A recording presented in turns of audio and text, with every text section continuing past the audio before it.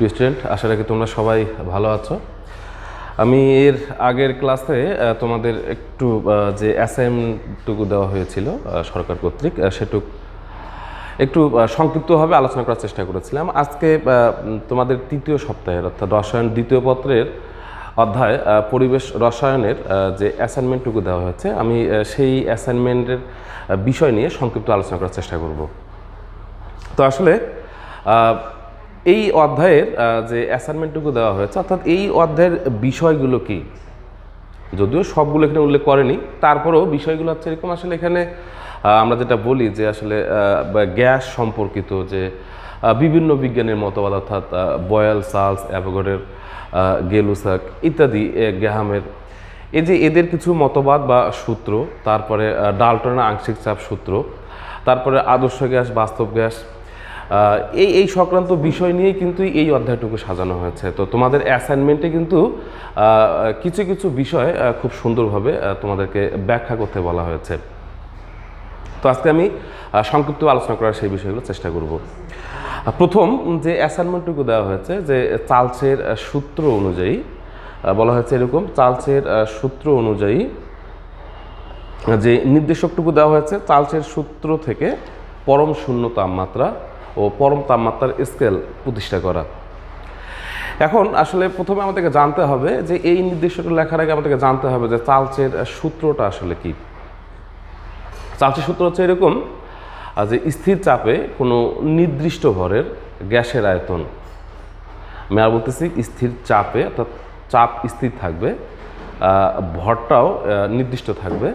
তাহলে স্থির চাপে কোনো নির্দিষ্ট ভরের গ্যাসের আয়তন তার প্রতি ডিগ্রি সেলসিয়াস তাপমাত্রা বৃদ্ধি বা হ্রাসের কারণে তার শূন্য তাপমাত্রায় বা তার 0 ডিগ্রি সেলসিয়াস তাপমাত্রায় তার আয়তনের 273 ভাগের 1 অংশ বৃদ্ধি বা হ্রাস পায়। অর্থাৎ এরকম বিষয়টা বলা হচ্ছে যে স্থির চাপে কোনো নির্দিষ্ট ভরের গ্যাসের আয়তন তার প্রতি ডিগ্রি সেলসিয়াস তাপমাত্রা বৃদ্ধি বা হ্রাসের জন্য তার 0 ডিগ্রি সেলসিয়াস তাপমাত্রায় তার আয়তনের 273 ভাগের 1 অংশ বৃদ্ধি বা হ্রাস পায়। অর্থাৎ তোমাদের বইগুলো দেখবা খুব সুন্দরভাবে এই চার্লসের সূত্রটিকে প্রতিবেদন হিসেবে দেওয়া আছে। যদি আমরা মনে করি যে স্থির চাপে কোনো নির্দিষ্ট ভরের গ্যাসের আয়তন, আমরা যদি প্রথমে যদি আমি একটু প্রথম নির্দেশক যেটা আছে সেটা যদি ব্যাখ্যা করতে যাই এরকমভাবে,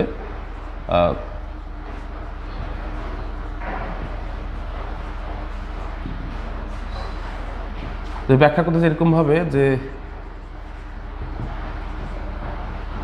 স্থির চাপে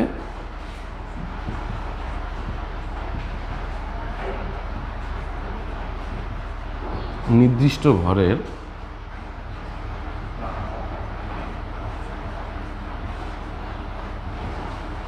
কোনো গ্যাসের আয়তন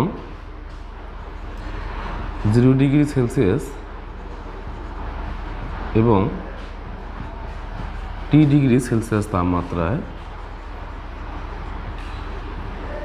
যথাক্রমে VBS0 ও VBS-T হলে এই চার্লসের সূত্র অনুযায়ী পাই আমরা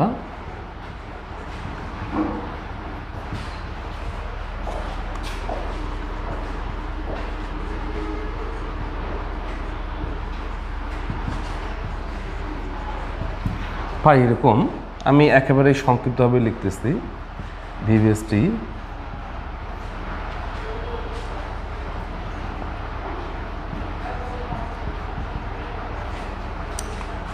বা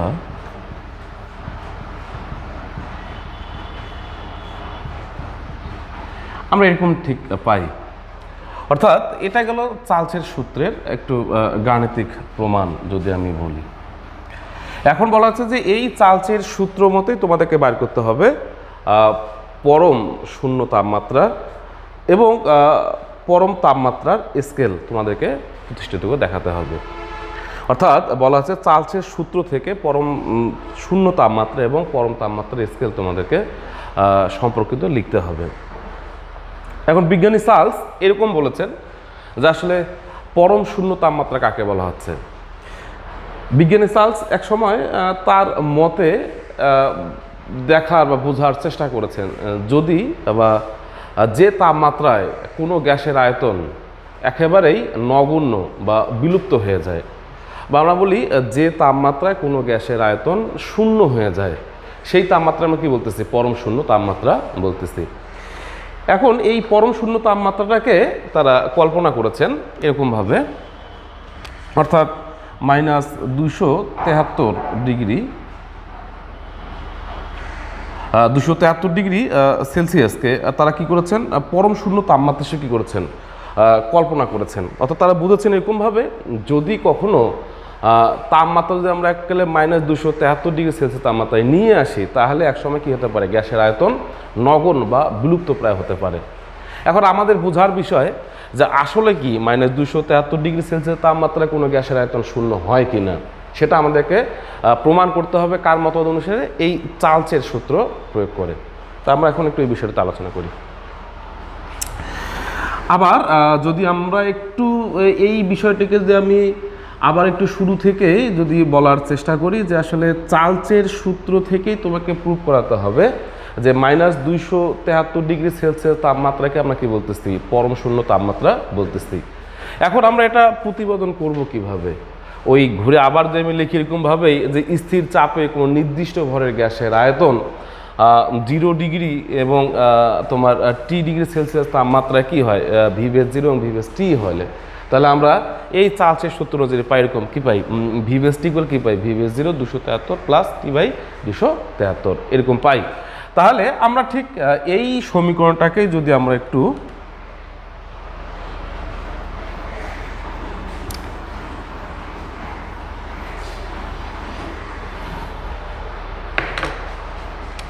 অর্থাৎ আমরা কিন্তু এইটুক পেয়েছি 273,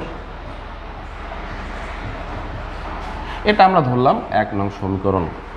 এখন যদি আমরা এখানে বলি যে এরকমভাবে যে তাহলে 1 ডিগ্রি সেলসিয়াস তাপমাত্রায়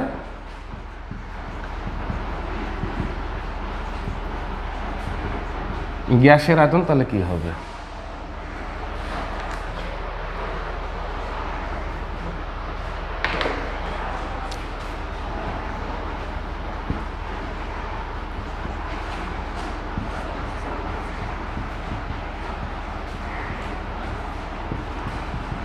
এরকম হবে।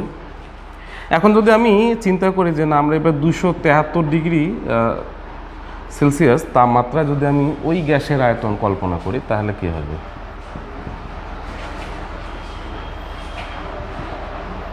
সরি, 1 ডিগ্রি আমরা VS1 দিলেও হবে। যদি আমরা কল্পনা করি তাহলে কী দাঁড়ায়? 273 বিয়োগ কী হবে? 273। অর্থাৎ যখন আমি 1 ডিগ্রি কথা বলেছিলাম তখন আমি এখানে টি এর জায়গায় কি লিখেছিলাম? 1। আমি এখন 273 কথা বলতেছি, আমি টি এর জায়গায় কি লিখবো? 273। তাহলে কি দাঁড়াচ্ছে?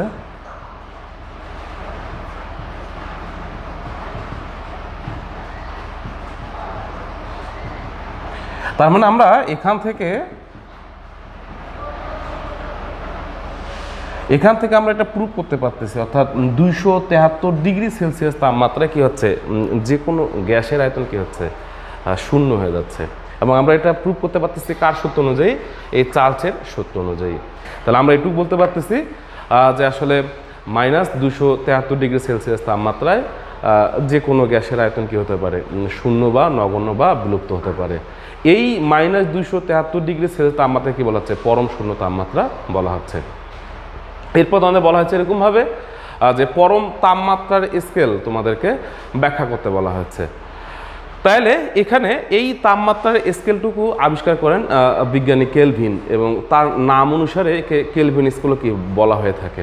তো আমরা এইখানে যদি একটু বলি যে -273 ডিগ্রি সেলসিয়াস তাপমাত্রাকে শূন্য হিসাবে বিবেচনা করে তাপমাত্রার প্রতি ডিগ্রি, তাপমাত্রার ডিগ্রির ব্যবধান 1 ডিগ্রি সেলসিয়াস হিসেব করে যে তাপমাত্রার যে স্কেল নতুনভাবে উদ্ভাবন করা হয়েছে তাকে বলা হচ্ছে পরম তাপমাত্রার স্কেল। অর্থাৎ আমি বলতেছি কি, -273 ডিগ্রি সেলসিয়াস তাপমাত্রাকে শূন্য হিসাবে ধরে তাপমাত্রার প্রতি ডিগ্রির ব্যবধান 1 ডিগ্রি সেলসিয়াস কল্পনা করে নতুন যে তাপমাত্রার স্কেল উদ্ভাবন করা হয়েছে তাকে বলা হচ্ছে কি পরম তাপমাত্রার স্কেল। যেহেতু বিজ্ঞানী কেলভিন এই স্কেলটুকু আবিষ্কার করে থাকেন, এই জন্য কি বলা হয়, কেলভিন স্কেলও বলা হয়ে থাকে। তো স্বাভাবিকভাবেই আমরা সেখানে এই বিষয়গুলো আমরা স্বাভাবিকভাবে আরও বলতেই পারি, যে যেমন বলা হয়েছে এরকমভাবে যে -273 ডিগ্রি সেলসিয়াস ইকুয়াল কী হবে 0 কেলভিন, বা 0 ডিগ্রি সেলসিয়াস সমান কি 273 কেলভিন, এবং সবশেষে T+273 ইকুয়াল কী হয়েছে না T degree Celsius 273 plus T kelvin হয়েছে।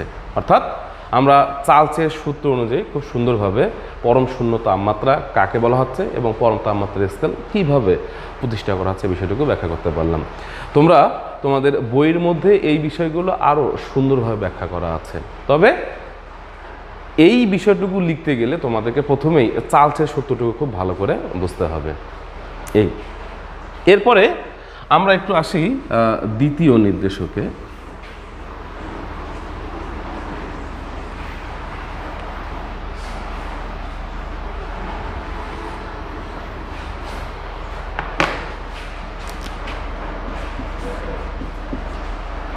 দ্বিতীয় নির্দেশকটা কি বলা হয়েছে, গ্যাসের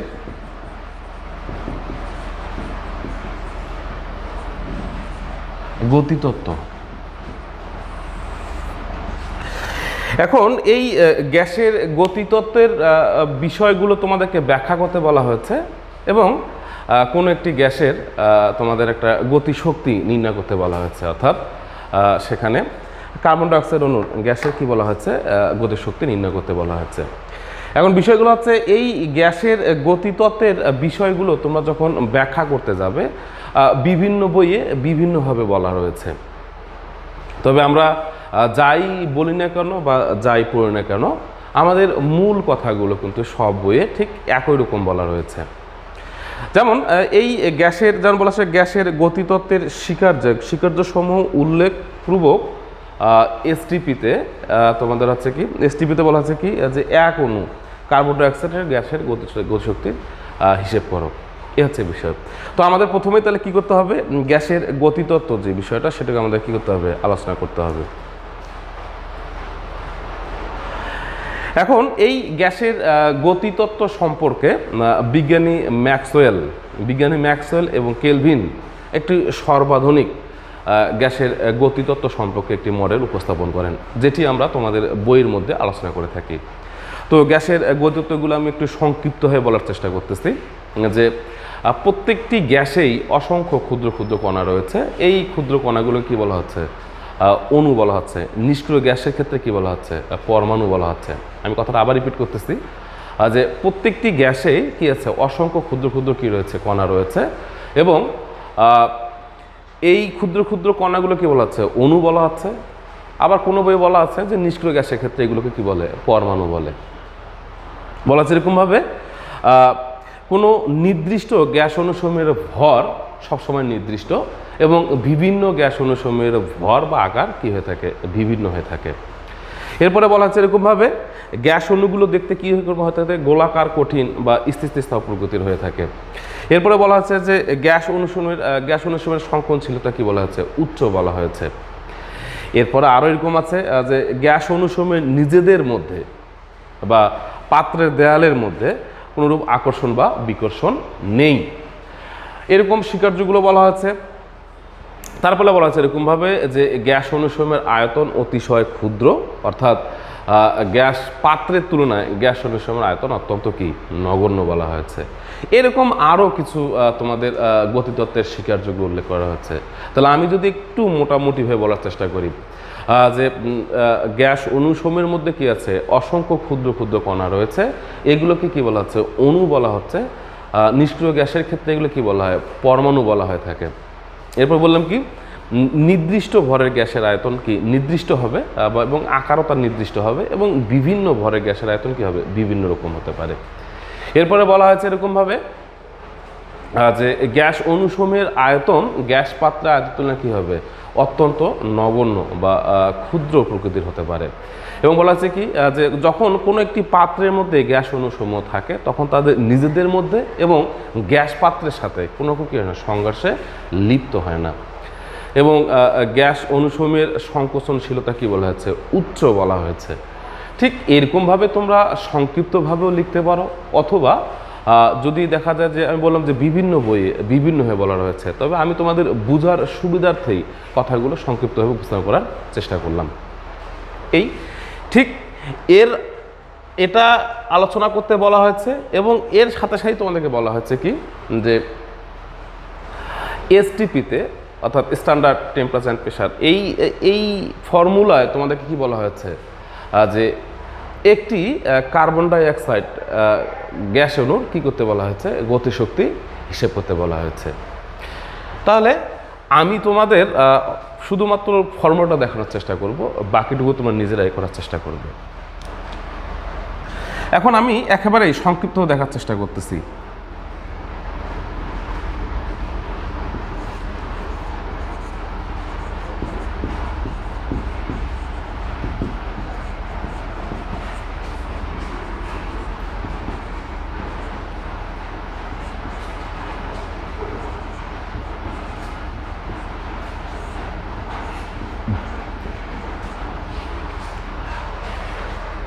এই বিষয়টুকু তোমাদের বিভিন্ন বইয়ে বিভিন্নভাবে করা রয়েছে, তবে আমি তোমাদেরকে সংক্ষিপ্ত দেখানোর চেষ্টা করতেছি। অর্থাৎ একটি গ্যাস অণুর গতিশক্তি ইকুয়াল কী লেখা যেতে পারে, 3R2 বাই কী লেখা যেতে 2Na। এখানে প্রশ্ন হতে পারে আর হচ্ছে কি, আমরা জানি মূলার গ্যাস ধ্রুবক, এই আর এর মানটুকু তোমাদেরকে যেহেতু এসটিপিতে বলা হয়েছে সেই কারণে তোমাদেরকে ঠিক ওরকমভাবে লিখতে হবে। অর্থাৎ এসটিপিতে কি আর এর মান কী দাঁড়ায়, তোমার হচ্ছে 8.314 জুল পার কেলভিন পার মোল, এরকমভাবে লিখতে হবে।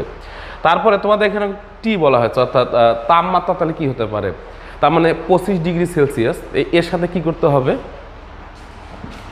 আমি এই বিষয়গুলো লিখতেছি না। তাপমাত্রা যেমন 25, এর সঙ্গে তোমরা কি দেবা, যোগ দাও 273 কেলভিন। তাহলে এই যে 25 প্লাস 273 এর সঙ্গে যেটা আসবে সেটা তোমাদের টি এর মান হবে। এখানে এন এর মানটা কি বলা হচ্ছে, অ্যাভোগাড্রোর সংখ্যা। অর্থাৎ তোমরা নিশ্চয়ই জানো এই অ্যাভোগাড্রোর সংখ্যাটা কি, আমি এখানে লিখতেছি না। এরপরে এই মানগুলো তোমরা যদি বসায় দিয়ে দাও তাহলে নিশ্চয়ই একটা অ্যান্সার চলে আসবে। তাহলে আমরা একেবারেই সংক্ষিপ্তভাবে এই বিষয়টুকু আলোচনা করার চেষ্টা করতেছি। সেটা হচ্ছে কি যে আমরা চাইলে কি করতে পারবো, যে একটি গ্যাস অণুর গতিশক্তি নির্ণয়ের সূত্র হচ্ছে কি 3RT বাই কি 2Na। এখানে আর হচ্ছে গ্যাস ধ্রুবক, টি হচ্ছে তাপমাত্রা এবং এনএটা হচ্ছে কি অ্যাভোগাড্রোর সংখ্যা। আমরা অ্যাভোগাড্রোর সংখ্যা জানি যে আসলে অ্যাভোগাড্রোর সংখ্যা কি, আমি এইগুলো এখানে লিখলাম না। তাহলে আমরা যদি ঠিক এরকমভাবে কার্বন ডাই অক্সাইড সেক্ষেত্রে বসাই, অর্থাৎ 3/2, এখানে 3 গুণিত কি 8.314, তাপমাত্রা যা বাড়াবে তাই, এবং 2 গুণিত কি এন এর সমস্যায় অ্যাভোগাড্রোর সংখ্যা যা আছে 6.023 × 10⁻23 বসালে একটা মান চলে আসবে। ওই মানটুকু হবে কি কার্বন ডাই অক্সাইড গ্যাসের গতিশক্তি হিসাবে বিবেচিত হবে। এটা গেল তোমাদের কি দ্বিতীয় নির্দেশক।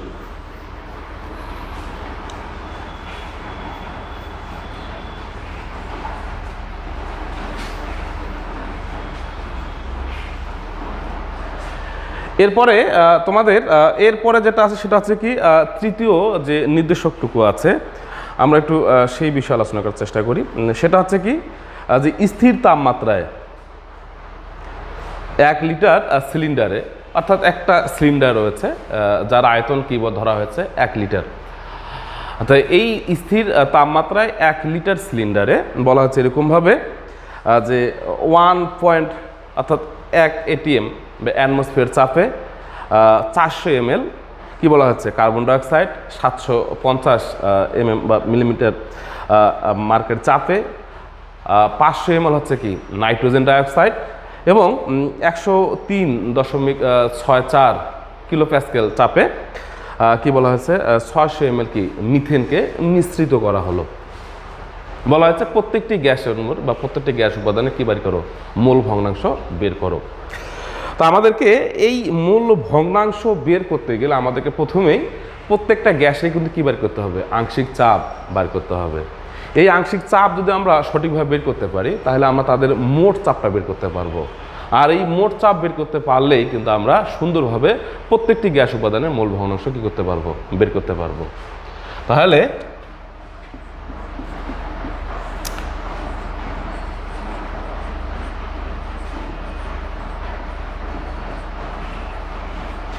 মোল ভগ্নাংশ নির্ণয়।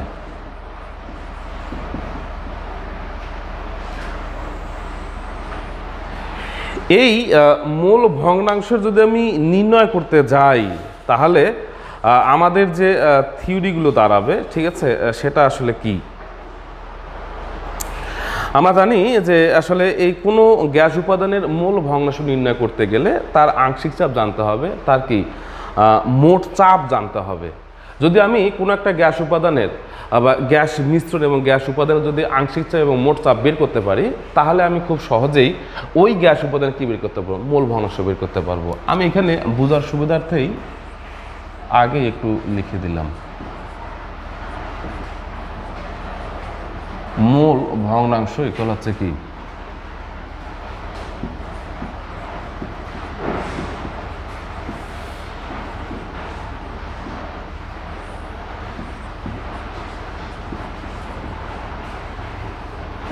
আংশিক চাপ ভাগ কি মোট চাপ।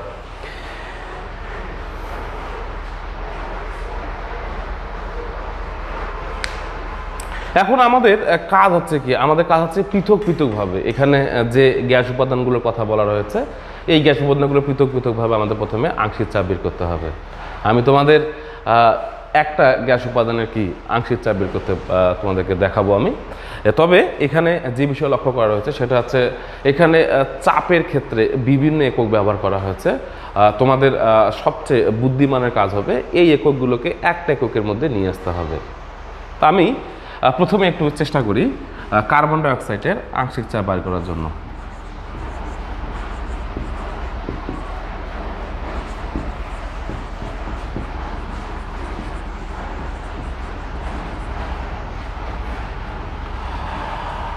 আমি একেবারে যদি সূত্রটা লিখতে যাই এরকমভাবে আমরা জানি যে এরকম কি P1 V1 ইকুয়াল কি রে P2 V2। এখন যদি আমরা বলি যে আমরা আসলে কি বার করতে চাচ্ছি, আমরা মনে করো P2 বার করতে চাচ্ছি, তাহলে যদি আমি আংশিক চাপ যদি এরকম ধরি P2 অর্থাৎ P কার্বন ডাই অক্সাইড যদি ধরি তাহলে কি লেখা যাবে P1 V1 ভাই কি লেখা যাবে V2।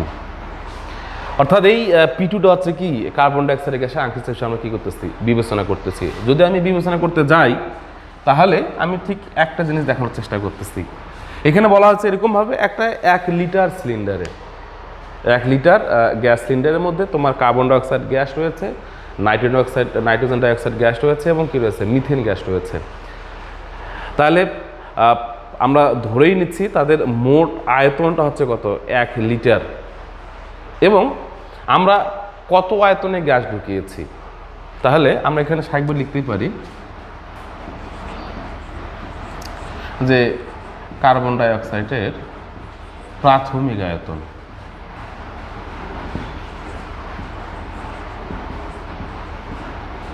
অর্থাৎ আমরা কিন্তু একটি নির্দিষ্ট আয়তনে কিন্তু কার্বন ডাই অক্সাইড গ্যাস সিলিন্ডারের মধ্যে প্রবেশ করিয়েছি। সেটা কত দেওয়া আছে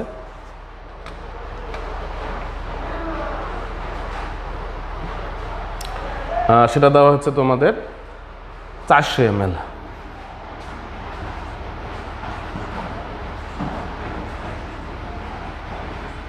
আমরা এটারে লিটারে প্রকাশ করে নেব।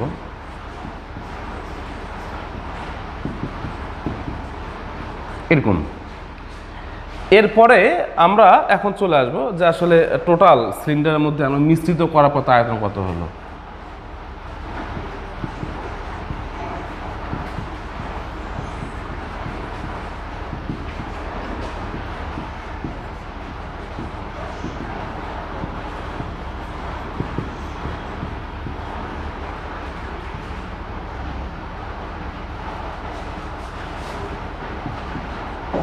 এক লিটার।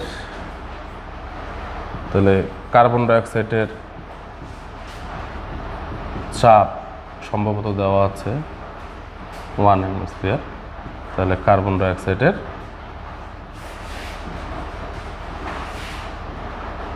আমি আংশিক চাপ হিসেবে কল্পনা করলাম V2 ইকুয়াল কি হোয়াট, এখানে সরি P2 ইকুয়াল হোয়াট। তাহলে এখানে যা আসবে, অর্থাৎ আমি এখানে পি কার্বন ডাইঅক্সাইড হিসেবে বিবেচনা করতেছি, বা আমি P2 হিসেবে বিবেচনা করতে পারি, আমি বোঝার সুবিধায় তোমাদেরকে লিখতেছি। তাহলে এখানে P1 সমান কি আসতেছে, 1, তারপরে আছে কি V1 সমান কত আছে দেওয়া 0.4, আর V2 সমান আয়তন কত দেওয়া আছে 1। এখানে যা আসবে তাই। ঠিক এরকমভাবে প্রত্যেকটি গ্যাস উপাদান, অর্থাৎ আমি এখানে কার্বন ডাইঅক্সাইডের দেখানোর চেষ্টা করলাম, এরকমভাবে তোমাদের বাইর করতে হবে কি নাইট্রোজেন ডাইঅক্সাইডের, তারপরে কার বাইর করতে হবে মিথেনের বাইর করতে হবে। তাহলে এই প্রত্যেকটি গ্যাস উপাদানের আংশিক চাপ বের করার পরে আমরা সব শেষে যে কাজটায় যাব, ঠিক তোমাদের যেখানে একটু সমস্যা মনে হবে, যেমন তো এই যে নির্দেশকটুকু দেওয়া রয়েছে, যেমন তোমরা একটু লক্ষ্য করো, আমি এটা দেখানোর চেষ্টা করলাম তোমাদের। আমি যখন একটু এই পাশে যাই, যে যেমন দেখবা তোমাদের হয়তো এরকমভাবে দেওয়া আছে, মনে করো যে নাইট্রোজেন ডাইঅক্সাইডের কি দেওয়া আছে চাপ, যাই থাক না কেন, এখানে তোমার দেওয়া আছে 750 m। তা তোমাদের কাজ কী হবে, এটাকে অ্যাটমসফিয়ারে নিয়ে আসতে হবে। তাহলে 760, যা আসবে তাই, এটা কিন্তু এটা তোমাদের মূল কাজ। আর যেগুলো মিলিটার সেগুলো আমরা লিটারে পরিণত করব। এরপরে দেখো তোমাদের ঠিক এরকমভাবে কিন্তু দেখো মিথেনের ক্ষেত্রে কি বলা হয়েছে,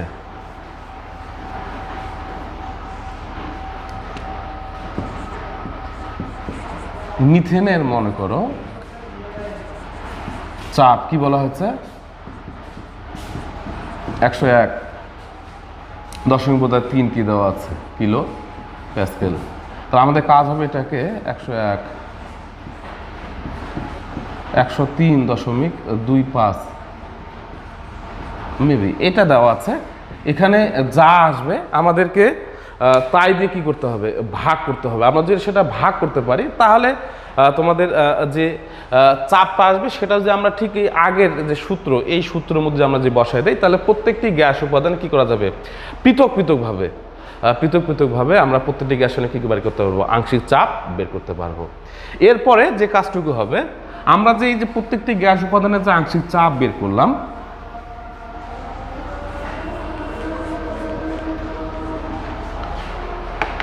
তারপরে কাজ হবে কি, যে অতএব গ্যাস মিশ্রণের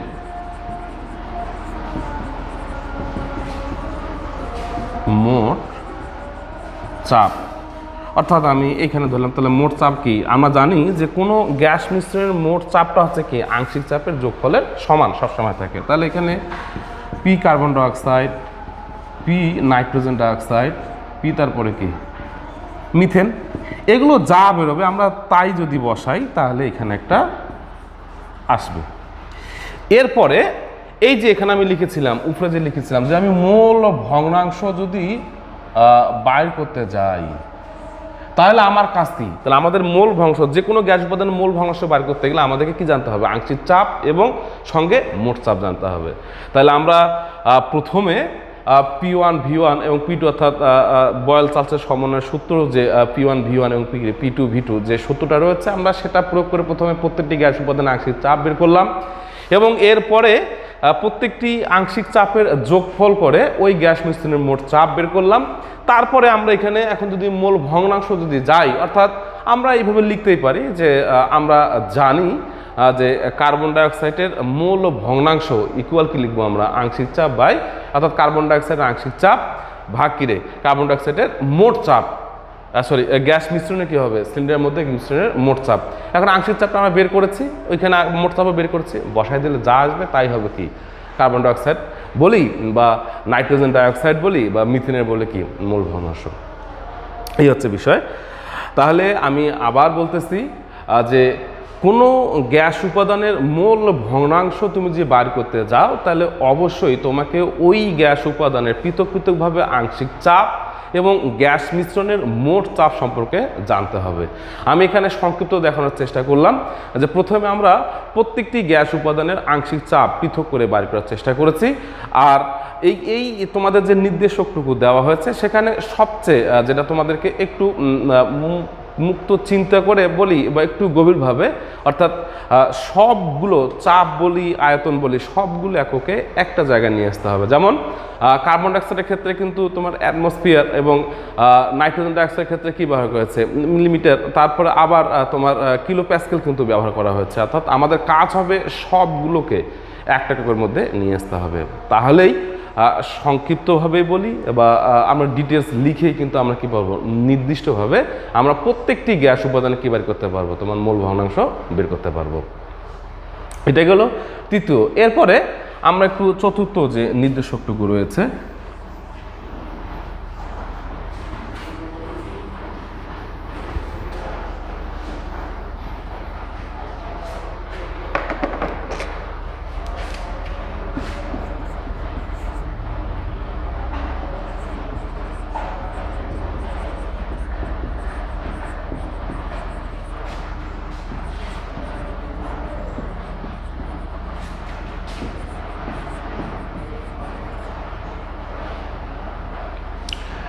এই আদর্শ গ্যাস এবং কি বলা হয়েছে বাস্তব গ্যাস সম্পর্কিত বিষয়টি বলা হয়েছে। এখন স্বাভাবিকভাবে আমরা আদর্শ গ্যাস বলতে কাকে বুঝি? আমরা আদর্শ গ্যাস বলতে এইটুকুই বুঝি যে সকল গ্যাস সকল তাপমাত্রা চাপে বয়েল সালস এদের সূত্র কী করে মেনে চলে তাদেরকে আমরা কি বলি আদর্শ গ্যাস বলি। অর্থাৎ এদের গ্যাসের যে সমীকরণ পিভি ইকুয়াল কি এনআরটি, এটাকে বলা হয় কি আদর্শ গ্যাস। আমরা আদর্শ গ্যাস বলতে বুঝে নেই যে একটা কাল্পনিক গ্যাস মাত্র, যার বাস্তবে কোনো কি নেই বিচরণ নেই। অন্যদিকে বাস্তব গ্যাস বলতে আমরা কি বুঝি? তো যে সকল গ্যাস সকল তাপমাত্রা চাপে বয়েল সালসের সূত্র কি করে না মেনে চলে না তাদেরকে আমরা কি বলি বাস্তব গ্যাস বলি। বাস্তব গ্যাস আমরা কোনগুলো বুঝতেছি? যেমন carbon dioxide, oxygen, nitrogen, hydrogen, এগুলো হচ্ছে কি বাস্তব গ্যাস। এখন বলা হচ্ছে যে এই আদর্শ গ্যাসের বৈশিষ্ট্য এবং বাস্তব গ্যাসের বৈশিষ্ট্য তোমাদের কী করতে বলা হয়েছে প্রথমে আলোচনা করতে বলা হয়েছে। তো আমি যদি এই বাস্তব গ্যাস এবং আদর্শ গ্যাসের যে বৈশিষ্ট্য নিয়ে আলোচনা করতে যাই তাহলে তোমাদের বিভিন্ন বইয়ে বিভিন্নভাবে বলা রয়েছে, যেখানে যেটাই বলা থাক না কেন তোমরা সবসময় একবারে সাবলীলভাবে লেখার চেষ্টা করবে যাতে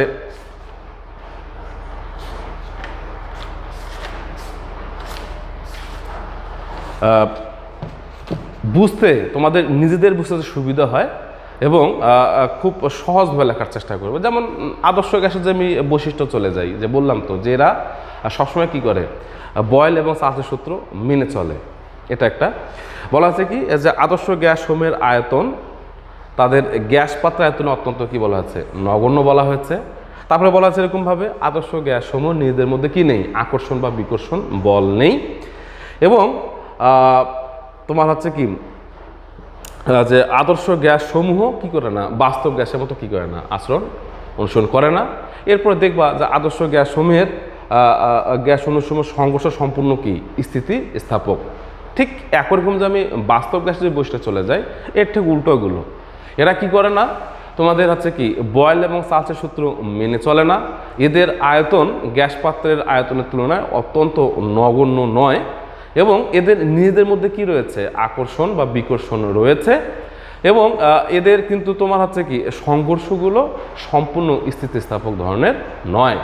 তাহলে আদর্শ গ্যাসের বৈশিষ্ট্য কি এরা বয়েল সালস সূত্র মেনে চলে, এদের নিজেদের মধ্যে কোনো আকর্ষণ বা বিকর্ষণ নেই, এদের আয়তন গ্যাস পাত্রের তুলনায় অত্যন্ত নগণ্য এবং বলা আছে কি যে এদের যে সংঘর্ষগুলো কি প্রকৃতির স্থিতিস্থাপক প্রকৃতির, এই হচ্ছে বিষয়। অন্যদিকে বাস্তব গ্যাসসমূহের ক্ষেত্রে কি বলা হয়েছে যে এরা বয়েল এবং সালসের সূত্র মেনে চলে না, এদের নিজেদের মধ্যে কি আছে আকর্ষণ এবং কি আছে বিকর্ষণ বল রয়েছে, এদের আয়তনটা তোমার গ্যাস পাত্রের আয়তনের তুলনায় অত্যন্ত নগণ্য নয়, এই টাইপের এইগুলো হচ্ছে বাস্তব গ্যাসসমূহের বৈশিষ্ট্য। এরপরে তোমাদের ঠিক ওই নির্দেশকে বলা হয়েছে যে তোমার হচ্ছে গ্যাস ধ্রুবক যে রয়েছে অর্থাৎ উল্লেখ করে মোলার গ্যাস ধ্রুবকের মাত্রা নির্ণয় করতে বলা হয়েছে। তাহলে প্রথম বলা আছে কি আদর্শ গ্যাস এবং বাস্তব গ্যাসের বৈশিষ্ট্য তোমাদের উল্লেখ করবে, তোমাদের বইয়ের মধ্যে সুন্দরভাবে বলা রয়েছে। আর এটা উল্লেখ করার পরে তোমাদের কি বলা হয়েছে যে মোলার গ্যাস দ্রবকের মাত্রা নির্ণয় করতে বলা হয়েছে। আমি চেষ্টা করতেছি সংক্ষিপ্ত সেই বিষয়টুকু আলোচনা করার জন্য।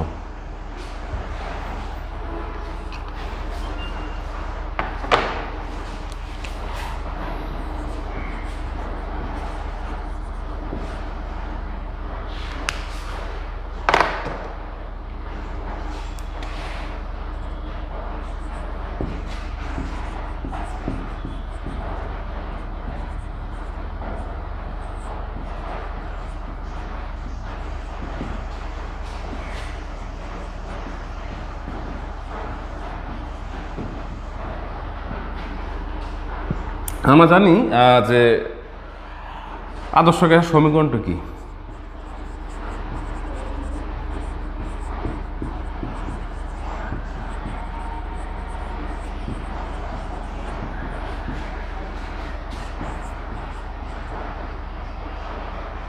মোলার গ্যাস দ্রবক অর্থাৎ আর এর মাত্রা নির্ণয় এনআরটি, বা আমি যদি এখান থেকে একটু, তাহলে আর সমান সমান কি দাঁড়াবে, পিভি সমান সমান কি এন টি, এটুক দাঁড়াবে। এখন এখানে আসলে পি বলতে কি চাপ, ভি বলতে আয়তন, এন বলতে মোল সংখ্যা, টি বলতে তাপমাত্রা। একটু বুঝি কিন্তু। তাহলে চাপ বলতে কি বল, ক্ষেত্রফল, তাহলে আয়তন, আয়তনে থাক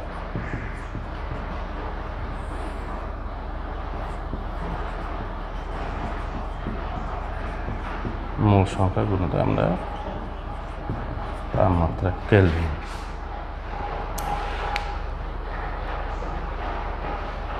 তাহলে একটু নিশ্চয়ই তোমরা দেখতে পাচ্ছ। এরপর আমি আবার একটু লেখার চেষ্টা করি।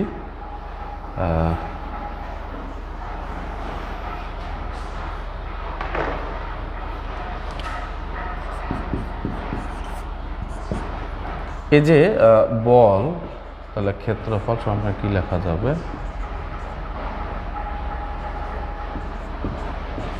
আয়তন সমান কি লেখা যাবে, কিউব লেখা যাবে। তাহলে কি হবে এখানে মূল সংখ্যা গুণিত কি লেখা যাবে কেলভিন।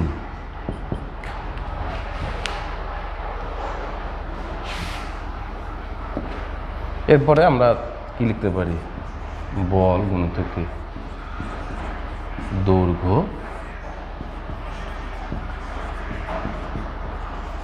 মূল সংখ্যা কি লেখা যাবে কেলভিন। তাহলে বল দৈর্ঘ্যটা কি লেখা যায় কাস, তাহলে কি লেখা যাবে মূল সংখ্যা কেলভিন লেখা যাবে। এরপরে আমরা উপরে লিখে মিশাই দিলাম। তাহলে এখন আমরা এটা চাইলে কি লিখতে পারবো এখানে কাস গুণিতক মূল সংখ্যা, অর্থাৎ এটাকে আমি উপরে নিয়ে যাচ্ছি। এরপরে কি লেখা যাবে কেলভিন। তাহলে এটা যে আমরা লিখি, তাহলে এইটা হচ্ছে মোলার গ্যাস ধ্রুবক আর এর কিন্তু মাত্রা। এরকমভাবে তোমরা যদি রেখে দাও তবু সেটা কিন্তু সঠিকভাবে বিবেচিত হবে। তাহলে এটা গেল একবারে চতুর্থ নির্দেশক। তাহলে আমি আবার একটু প্রথম নির্দেশক থেকে সংক্ষিপ্তভাবে বলার চেষ্টা করতেছি। প্রথম নির্দেশক বলা আছে চার্লসের সূত্র অনুযায়ী পরম শূন্য তাপমাত্রা এবং পরম তাপমাত্রার স্কেল প্রতিষ্ঠা করা। তাহলে সেক্ষেত্রে তোমাদেরকে প্রথমে চার্লসের সূত্রটুকু লিখতে হবে, চার্লসের সূত্রের সমীকরণটুকু লিখতে হবে। যেন আমি তোমাদের লেখানোর চেষ্টা করলাম ভি বেস টি ইকুয়াল কি ভি জিরো গুণিত কিউ। 273 প্লাস টি বাই 273 এরকম দেখালাম। এরপরে তোমাদেরকে যে আসলে পরম শূন্য তাপমাত্রা বলতে কাকে বোঝানো চাই বললাম যে -273°C তাপমাত্রায় সাধারণত যে কোনো গ্যাসের আয়তন শূন্য বা নগণ্য বা বিলুপ্ত হয়ে যায়, এই জন্য তাকে কী বলা হচ্ছে পরম শূন্য তাপমাত্রা বলা হচ্ছে। এরপরে তোমাদেরকে প্রুভ করে দেখাতে হবে যে আসলে একে আমরা কেন পরম শূন্য তাপমাত্রা বলতেছি বা এই তাপমাত্রায় কেন আয়তন কিভাবে নগণ্য হয়ে যায়, যা আমরা চার্লসের সূত্রের সমীকরণে বসিয়ে তোমাদেরকে সংক্ষিপ্ত দেখানোর চেষ্টা করেছি। এরপরে পরম তাপমাত্রা স্কেল কাকে বলা হচ্ছে, আমি বললাম যে এই -273°C তাপমাত্রাকে শূন্য হিসেবে বিবেচনা করে এরপরে যে আয়তনের বা তাপমাত্রার প্রতি 1 ডিগ্রির ব্যবধান রেখে তাপমাত্রার যে একটা স্কেল পরিমাপ করা হয়েছে বা নতুনভাবে নির্ধারণ করা হয় তাকে কি বলা হচ্ছে পরম তাপমাত্রার স্কেল বলা হচ্ছে। একে কি বলা হয় কেলভিন স্কেলও বলা হয়।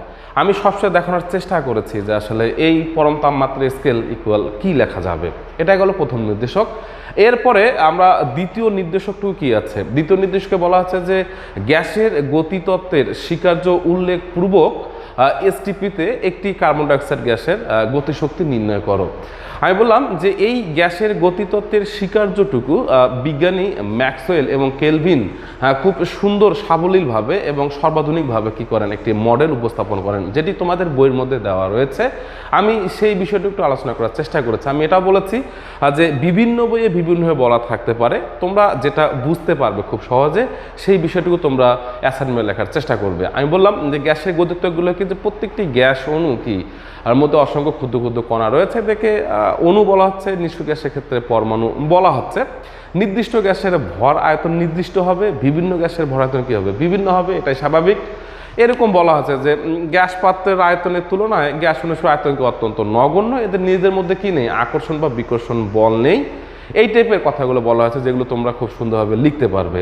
এরপরে তোমাদের যেটা বললাম যে এসটিপিতে একটি কার্বন ডাইঅক্সাইড অণুর গতিশক্তি নির্ণয় করতে বলা হয়েছে। আমি তোমাদের দেখানোর চেষ্টা করেছি একেবারেই সংক্ষিপ্তভাবে। তোমরা লিখবা যে আমরা জানি একটি কার্বন ডাইঅক্সাইড অণুর গতিশক্তি কি লেখা যাবে 3nRT 3RT/2na। এখানে আমি বললাম আর হচ্ছে মোলার গ্যাস দুর্ভোগ, যে তাপমাত্রা দেওয়া আছে যেহেতু এসটিপিতে তার মানে 25°C তাপমাত্রা, অর্থাৎ এই 25°র সাথে 273 যোগ করে কেলভিনে প্রকাশ করতে হবে, আর এর মানটা বসাতে হবে 8.314 জুল পার কেলভিন পার মোলে, যেটাই বলুন না কেন।